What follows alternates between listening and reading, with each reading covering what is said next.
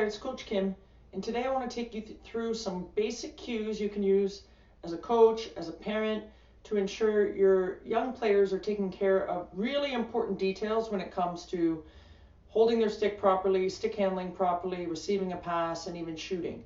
So we need to get this fundamental foundation set and get them in these great habits when they're young so that we're not trying to fix these problems when they're 11, 12, 13, and older. I have seen very good players who have incorrect way of holding their stick or handling the puck or passing, and it's very, very hard to fix when they're much older. When they're 5, 6, 7, 8, 9 years old, it's much easier to ingrain those habits and get them instilled in our young athletes early. So first, we're going to talk about holding your stick properly. And you might think, how hard can this be, Kim? Well, you'd be surprised, even at the older age groups, the things that I see go wrong. So the first thing I want to show you is where to hold the stick inside your glove. And I realize now I've got a black butt end, I'm wearing black, and my gloves are black, so bear with me here. But when I'm holding my stick, so you can hopefully see here in the camera, okay, the butt end is inside my glove. Okay, so when you see here on the back, the white background, you cannot see the butt end of my stick. Now you can. So really it should be right in this meaty part of your hand, or if you see here, that's probably better. It's in the meaty part of my hand, okay? And that's where I hold the stick. And that way you cannot see the butt end. We don't want to be like this or this or this. So I typically like players to have a smaller butt end, so it's easier to get in the meaty part of their hand. But it can be a little bit bigger as long as we cannot see it. As soon as we can see it, it starts to impede their ability to shoot and pass and stick handle properly, and it might just beg the question of whether you should just cut the stick. So that's the first thing. Keep it in this meaty part of your hand. We shouldn't be able to see the butt end at all. Now the next thing you might see on my stick here is a little red arrow. I've got one on my glove as well. Okay, so often I see players holding their stick incorrectly. And I didn't really notice this until my daughter started playing, and she's 7. So what a lot of players do is they have their thumb on the top of the stick. So it seems weird if you've played hockey a long time. This looks really unnatural, and it feels really unnatural to me and maybe to you if you're a hockey person. But if you're not a hockey person, it's a strong way to hold the stick. It sort of makes sense as opposed to having the hand up on the top. So an idea I stole from someone else, but I'm going to take credit for here, is to put some arrows on your tape. So hopefully you guys can see that. Sorry, the lighting's not perfect here. But you can see I have an arrow on my glove that points down, and I have an arrow, let's show you here, on my stick that points up. Okay, so I've got 2 arrows on this red tape, and when I want to stick handle or hold my stick properly, I just line up my arrows. So the nice thing about this is even if your players don't have arrows on their glove, they don't have the tape like I have here, if you have it on your glove as a coach and on your stick as a coach, you can line up your arrows, and that quickly shows them how to line up their arrows. So I like that cue a lot. Some other coaches will say thumb down. So you can see my thumb is pointing down instead of to the side. But I find lining up the arrows works a lot better, especially if they visually have that tape on their stick. So sometimes I make it fluorescent yellow or fluorescent green. So it's really, really easy for them to see. Hopefully easier than what you're seeing here. But again, we want to have those red tapes lined up. We don't want to have them off to the side there. So that's what I mean by lining up your arrows. So once we've got the stick in the right place and we're holding in the right place in our hand, okay, we want to talk about how to hold the stick properly when we're skating down the ice, we want to receive a pass, or we want to take a shot. So I call that primary position. So we're going to go through that now. So if I've got my stick on my forehand side, so I'm a right-handed shot, so this stick is out by my right foot, okay, this is what primary position looks like. So we've already fixed how to hold my glove on the stick. Now we're talking about how to hold the blade or the stick relative to the rest of my body. So one thing you can see here, my stick is really short. I always played with a short stick. So depending on how long your stick is, it might change how much bend you have in the elbow. But I like to talk about having a little shelf. Okay, I'm a coffee drinker, so this is my little coffee shelf. Okay, players should be able to put something here. So you should be able to have something on your shelf here. You shouldn't be out like this unless you're pushing the puck out in front of you. So we've got a nice shelf out here. Now the biggest problem I see is that players have their hands in too tight. So I've got to turn to the side to be able to show you guys this properly. So you can see my stick blade is beside me so that I can carry the puck, receive a pass, shoot the puck out on a pass or a shot. But look how much space is between my body and my hands. So a lot of players are in like this. I call that the chicken wing, right? That top arm is sticking out like this. So we want to have space. Okay? I call this a nice fluffy pillow or fluffy marshmallow. We want to have a nice fluffy marshmallow when we're skating down the ice, when we're receiving a pass, when we're giving a pass, when we're taking a shot. Okay? So we don't want to be in like this.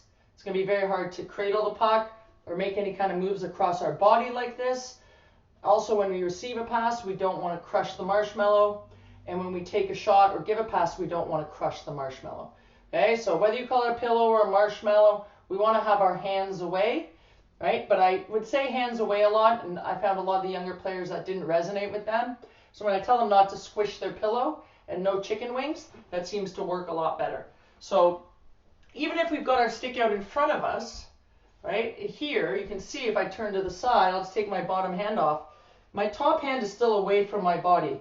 Sometimes I tell players, pretend it's like a really bad belly button piercing you've got, right, coming kind of out in front of you. You want to have some space. It's not as much space as what we have when we're in primary position, but there's still space. So again, we don't want to have the players with their hand in tight on their hip, because there's that chicken wing again, trying to stick handle when they've got the puck out in front of them, right? They want to have that hand out in front. It's easier to see from this side, right? Hands away. And now we can move our hands across our body, which allows us to move our stick. A bunch of different ways to receive passes, to make stick handling moves. We want to have this mobility across the body. If we have a chicken wing, you can see I'm very limited in my mobility. It's just the radius of my stick, which isn't going to be very useful. So this way I can move all the way around my body as long as I keep that nice fluffy pillow or marshmallow out in front of me. So that's pretty much it for the primary position, which again is that forehand position. So we've got that shelf, we've got our arrows lined up, we don't have our butt end sticking out of the top of our stick. We usually have our stick right out beside us, so beside our feet, not way in front, not way behind, just out to the side. No chicken wing, nice fluffy pillow. Really, really key stuff in order to be in great primary position. Now we're going to talk about stick handling, and more specifically, we're going to talk about dribbling the puck. So when I talk about dribbling the puck, think of it the same way as dribbling in basketball. When you dribble down the court in basketball, you're just keeping the ball alive. You're not allowed to carry it and run down the court. It's kind of the same thing in hockey. You can just push it down the ice. You don't have to dribble it. But sometimes we just want to keep that puck moving. It allows us to be a little bit more deceptive. It allows us to have a little bit more confidence in it, in our control of the puck, and allows us to make some dangles off of that dribble. So when we dribble it, we're just talking about stick handling the puck, little stick handles around our body, okay, just keeping the puck alive. So when I use the term dribbling, I don't mean a move. A stick handling move, you know, where you toe drag it in or you go across your body east-west, those are moves. That's not dribbling. Dribbling is much smaller, just like dribbling in basketball is a much smaller movement. So we've talked about being in good position and how we hold our stick. So we want to have space between our top hand and our body. So instead of just saying hands away, we talk about keeping a nice fluffy pillow here. We want to have our elbow up a little bit, maybe not a super high shelf like this, but we don't want to be completely straight out here like this, a little bit of a bend. And then we want to make sure that our arrows are lined up on our glove and our butt end isn't sticking out way over the top of our glove. So now we can dribble the puck. I've got a puck here. So we can dribble the puck. It's not going to work very well on my carpet. Out in front of us or out to the side. So you can see here I've got a puck in front. Okay, I'm making sure when I'm dribbling it out in front of me, which is usually the easiest way to teach our players, right? Remember, we want to have this top hand, I'll go this way, away from our body when that puck's in front of us. So you can see if I take my bottom hand off, my top hand isn't touching my hip or my belly button. It's out in front of me a little bit. So we'll move here. Now, as I'm dribbling it, okay, I want you to watch the action of my top hand. Okay, it goes side to side like this. And you can see that my blade kind of cups the puck a little bit, over, under, over, under. I call that action the dead fish of the hand. So you can see, if I do it really, really fast, how my wrist is going back and forth.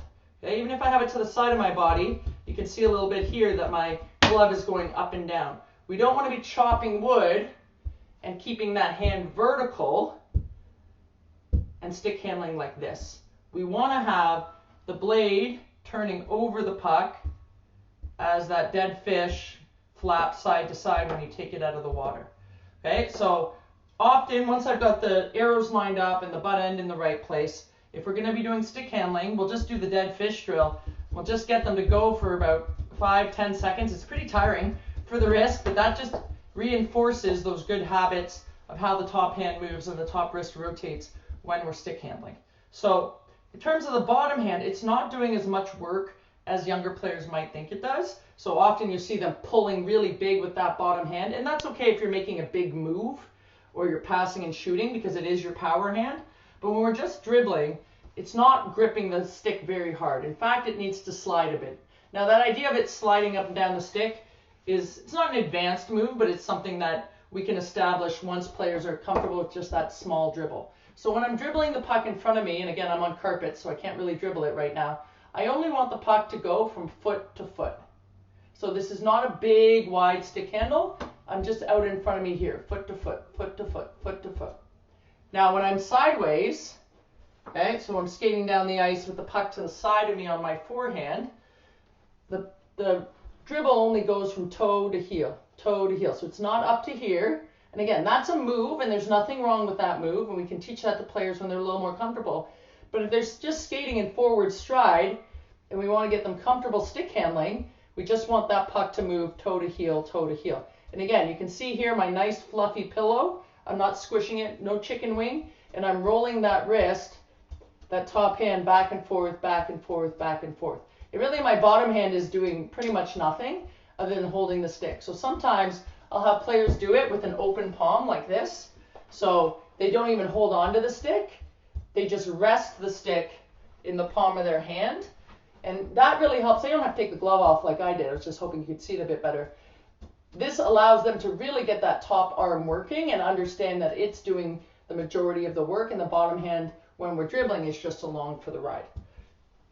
So the same thing can be done on the backhand. Now this might be a little bit advanced if your players aren't that experienced yet, and that's okay. But when we are on our backhand, the way I like to show it to players is we start in primary position. Okay, so we start here in our primary position, and this is how you get to your backhand side. You don't change anything with your feet. You don't cross your arms over. All you do is turn from your hips. So I turn my belly button to the side, and now I'm in proper backhand stick handling position. So watch that again. I didn't do this and flip my hands over. I kept this same spacing. So I've still got my fluffy pillow, and all I did was turn from the hips, my shoulders go around, and now I'm in that backhand stick handling position. So I'll show you just quickly from the other side. As I turn here, that's my stick handling position. So that elbow is way, way back behind me. It's not squished into the side here. It's pointing back, and now that stick can go forward and back. And we're even still rolling the wrist a little bit here as we go on our backhand side.